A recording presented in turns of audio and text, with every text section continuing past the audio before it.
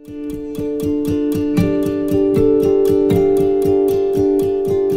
was like, "Mommy, can you do me a big favor?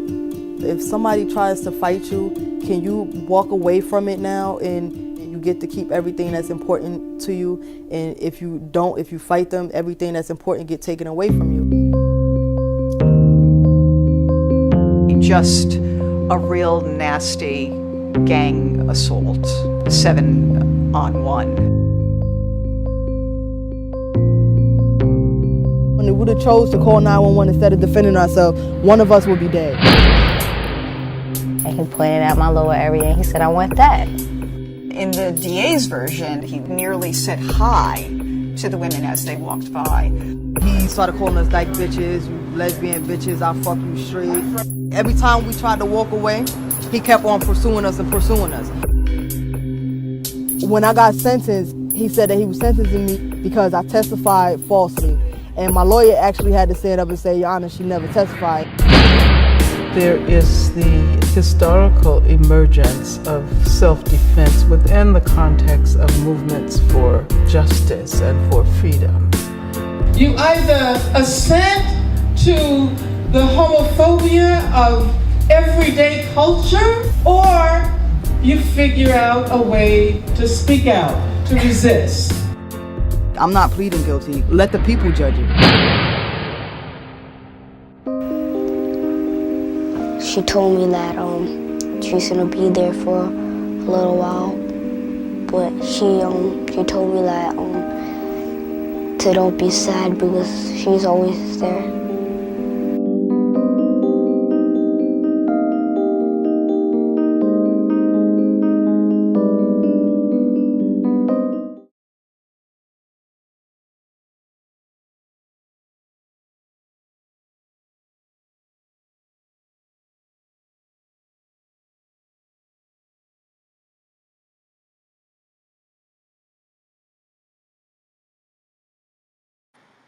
After all that you've endured, how did you come to a place of sharing your story?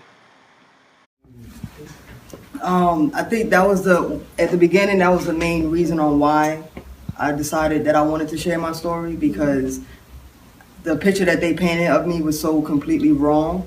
And I felt like I didn't have a fair chance. Like nobody from the media approached us to get our side of the story, which I couldn't understand. I didn't have any understanding of that. So once Blair approached us, at first I was still a little skeptical, like what was the motives, because I didn't know her. But as she came and started just really being real supportive and having people write us letters and raising money for us, I was like, all right, we have somebody in our corner on the outside, that's good. And I felt like I got to a point where I felt comfortable that her intentions was well.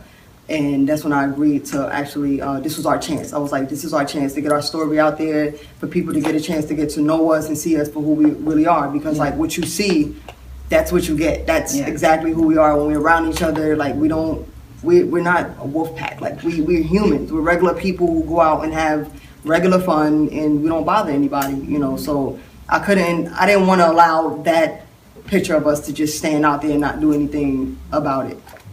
So. Thank you. You mean you weren't really in a gang? You don't have any tech?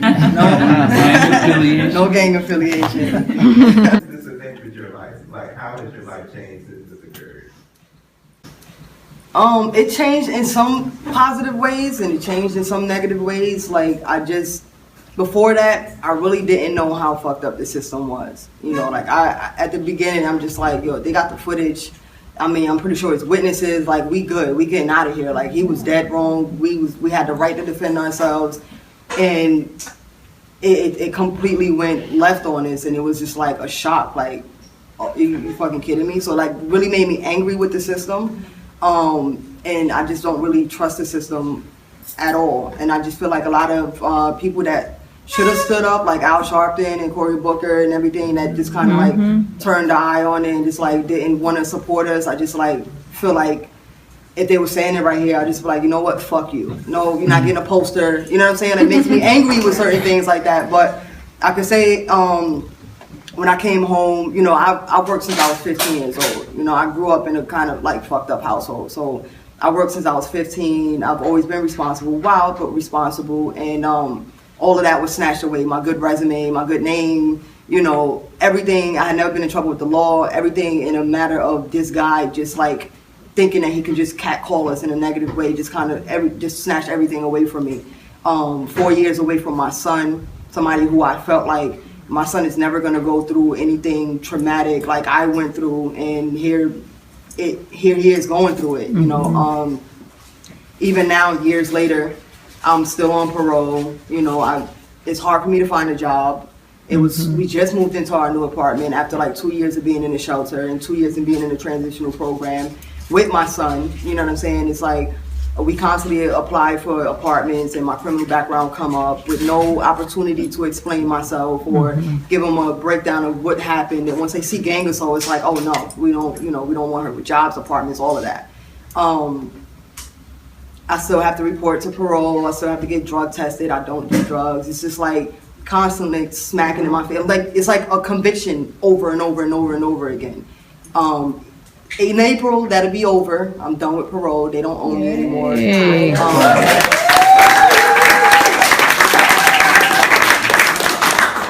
But also, I had a lot of time to sit back in the cell and just think, you know, and I'm just like, you know what can I get positive out of this? Like, I met a lot of great women in there that I unfortunately had to leave behind.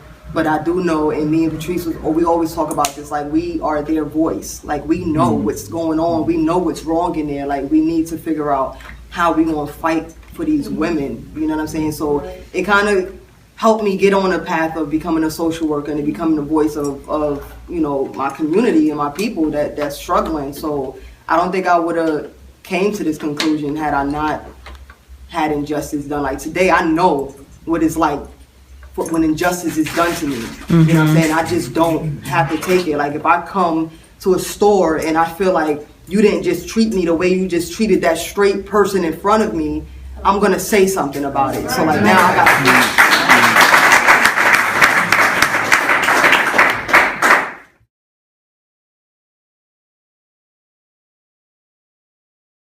really haven't completely figured that out on how they.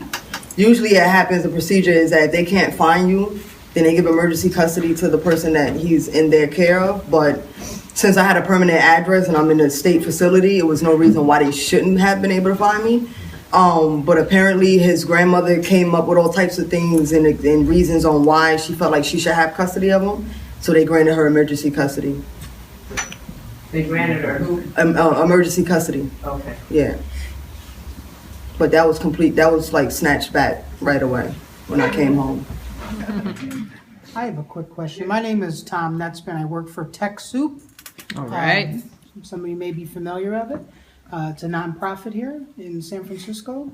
And I was very touched by Patrice, you know, and her struggles in all the years that she spent. And as you all started to get out, how did y'all handle the guilt or the feelings of knowing she was still there and you folks were, you know, starting to get your cases appealed? Well, it was definitely hard, especially for me because I spent most of my time with Patrice. We went from facility to facility with each other. Which is weird because like in a lot of jails, if you're a co-defendant, they house you separately. So like I just feel like that was God doing and keeping us together. Like we was in the same housing unit. Like I'm in bed 12 top and she's in 11 top. We talk to each other every night going to sleep and, you know, argued about me eating chips in my sleep and all types of stuff. So we, you know, and I was real overprotective of her because she was so little and I was more aggressive and I was just like telling her, don't be friends with nobody. I'm the only friend you need. And, you know, when she's nice. She's a nice person. So it's like when she became friends with somebody, I automatically got jealous. And I'm like, they're using you. Like, this is jail. You know what I'm saying? Everybody has a motive. And she brought out the best in me, like, you know, allowed me to get to know a lot of the other women. So it was like we helped each other in a lot of different ways. When it came time for me to get out, I can't say that it was guilt of leaving her behind because it wasn't my choice. It wasn't like I said, you know what, I'm leaving out this door, I'm leaving you here. But it definitely was a sad feeling because I felt like, number one, none of us should have been behind bars. And number two, her actions that night was protecting us, and I felt like she shouldn't have been criminalized for it, not just her, neither one of us, so I just always used to tell her, like, just, hold your head up. But it was hard being in the free world and trying to move on, knowing that I couldn't really completely move on because we all wasn't home, so I was a little empty. But when she dealt with it a lot better than actually we dealt with it on the outside. Like, she was like, oh, I'm all right, don't worry about it. Like, I'm coming home soon, I'm right behind you. And I'm like, nah, fuck that. I want you to walk out the door with me, Right. So, like, she prepared me to walk out that door. Like, she really made me walk out that door with my head up and, like, to be proud that I was going home, But I gotta say, like, she did her time, she didn't allow her time to do her. She did her time, we all did. Like, we came out stronger than ever. It was a life experience, like, change that we went through, and we out now. That's it. Right. It's I can't say it's behind us because it's still in front of us because we still, basically state property. But yeah, it was no good. It was just a sad feeling, but at least we able to talk about it now, and we able to use that negative experience and make something like really positive out of it and touch other people's lives. So that's, at the end of the day, that's what I focus on. That's great. And how's Patrice now? She's good. She has 2 jobs. Yeah. Great. She Jamaican? Yeah, Jamaican? No. Nah, she, with anybody who's done a lot of time, behind bars, it's traumatizing. You come home with PTSD and all types of sorts. And she's adjusting slowly, but she's a strong person. I think she's stronger than she gives herself credit for. Yeah. But she's gaining a support system. She always have us as a support system. So with that, I think she'll be all right. Thank you. Knowing how the justice system views brown and black lives, and knowing that it was either going to be you or one of your friends who have to lose their life, would you do it over again? Definitely. Good.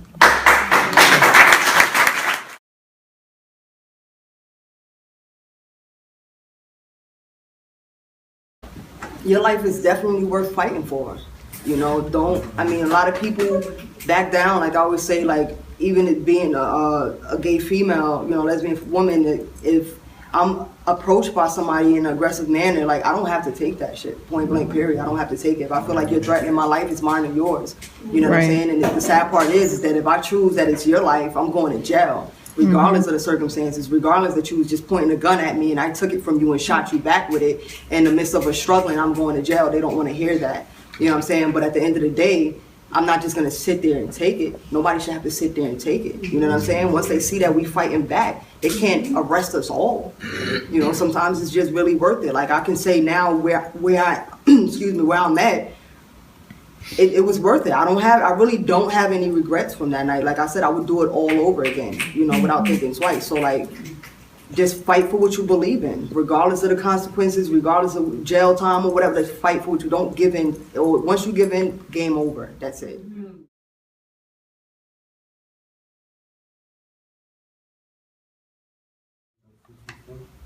I have a burning desire to become a social worker. I'm just kind of struggling, and there's so many people in the world that need help. That it's kind of like sad that I have to kind of like focus on, like, all right, I want to be a social worker for the homeless, or I want to be a social worker for everybody, but I just want to be, I feel like I need to be, I am, and I'm going to be like just a very powerful person that, change lives, and I think this is where it's starting at now. It's kind of scary. Like, I see this happening. I didn't ask for it, but I see it happening, but it's a really, it's a good feeling. And definitely even to be here tonight and to be doing different screenings and to get the responses from the people and hear that, like, I'm telling not just my story, but the story of so many other people, that shows me that I'm on the right track. Oh, shit. My name is Wasu. I work for Lyric, and I want to thank you again for coming out, Renata. It's really powerful having you in this space. So my question is, and I'm not sure if you're familiar with this show, but it's gained a lot of fame in the past year and become really popular. Orange is the New Black. I knew it. And I think, like, one of the criticisms is how it really centers this white woman's story and, like, but like the real reason that the show prospers is on the backs of these black and brown women who are experiencing the horrors of prison life. So I'm wondering, like, what's your reaction on this show after having gone through those horrors yourself? I love Orange is the New Black. I love season 2 better than season 1 because it started to incorporate the stories behind each woman and how they, got to the place that they're at. But it is also it's funny, but it's also touching because I've been behind bars and so many of the things that they've gone through, it's really happening behind bars. Even with it could be a white woman in jail and like Pamela Smart, like she gets nail polish, she get all types of shit in Bedford. You know what I'm saying? That I definitely know.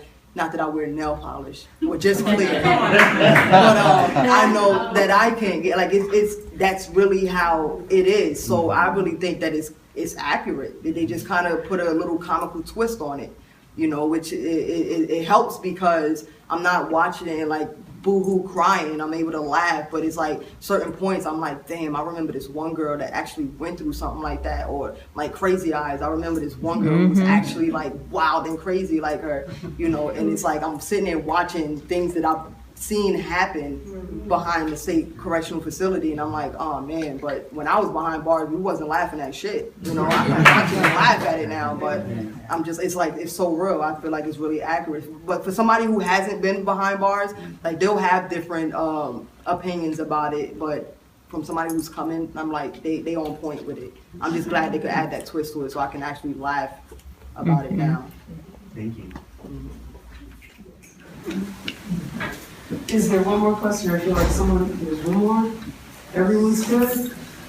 Is it something? So I just wanted to quickly say, if people want to hit up any of, Renata or any of the other women, they're all on Facebook, and they really do appreciate hearing from people that had just seen the film. So please feel free to do that. If you want, we have a Out in the Night website or Facebook if you want to know more where the film is going. We do sell posters after each screening, and all the money goes to travel for the women to be able to travel to places to speak. So you can see me or Renata about that afterwards. And then just the last thing I want to say after every screening is, we focus a lot on context in the film, and I also just really want to honor the pocket of resistance that the women had, both on the street that night and again in the courtroom, because they were facing 25 years and it's incredibly difficult to plead not guilty. So I just want to honor their resistance. Yeah.